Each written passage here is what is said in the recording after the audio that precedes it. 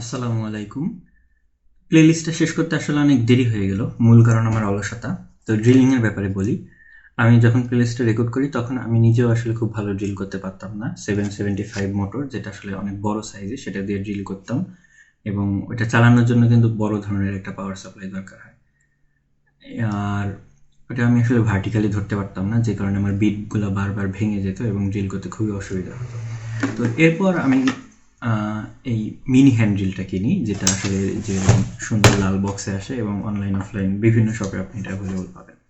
তো এই হ্যান্ড ড্রিলগুলো আসলে ইউজ করে ড্রিল করা খুবই হ্যান্ডি এবং সুবিধাজনক। সো আপনারা যারা ড্রিলিং করার জন্য কিছু কেনার কথা ভাবছেন, অবশ্যই 775 মোটর কিনবেন না, ছোট মোটরগুলো কিনে ট্রাই করতে পারেন যদি খরচ বাঁচাতে চান।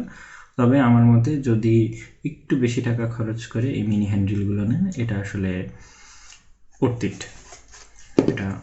আর ড্রিল করার সময় নিচে কিছু একটা রাখতে হবে। তো আমি যেটা করি সেটা হলো এরকম কাগজ, মোটা করে কার্টুনের কাগজ যেগুলো, ওগুলোকে মোটা করে আমি নিচে দিই। দেখেন এই কাগজটা ছিদ্র হয়ে গেছে, এটা একটা অপশন।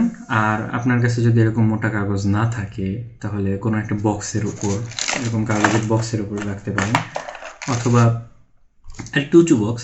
আর যেটা আসলে আপনার বিটের থেকে উঁচু, ড্রিল বিটটা যাতে টেবিলে আঘাত না করে, টেবিলটা নষ্ট না করে এই জন্য।